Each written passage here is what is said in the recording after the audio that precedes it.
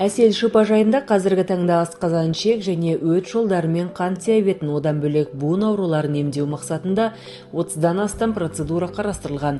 Дегенмен ем шараларды бастамас бұрын дәрігер консультациясын алып, тиісті анализдер тапсыру қажет. Ең алдымен әрбір демалушы іш құрылыстары мен кіші жамбас бөліктерін ультрадиагностикалық зерттеуден өткізеді.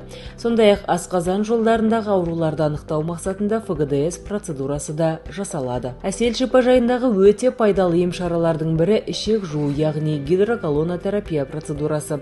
Аталған ем шара ішектегі токсиндерді тазартады, онымен қоса созылмалы колит, аллергия, тері аурулары, созылмалы гастрит, өт жолдарының ауруы, ұзартылған іш қату, ішек дисбактериозы кезінде көмектеседі. Әсел шипажайында түрлі неврологиялық ауруларды емдеуде тағайындалатын инемен емдеу әдісі де қарастырылған. Сондай-ақ бас ауру, оның ішінде сақина, омыртқа, буын, бұлшық ет дерттері, торығу, жүйке тозу, ұйқы бұзылысы, бронхиальды астма, гинекологиялық кеселдер, инсульт зардаптары, аллергия, қан қысымының артуы немесе төмендеуі, баланың сал ауруы және тағы басқа ауруларда пайдасы зор. Мавит науқастың өмір сүру сапасын жақсартуға көмектеседі, қабыну процесін азайтуға және қуық асты безінің қызметін қалпына келтіруге септігін тигізеді.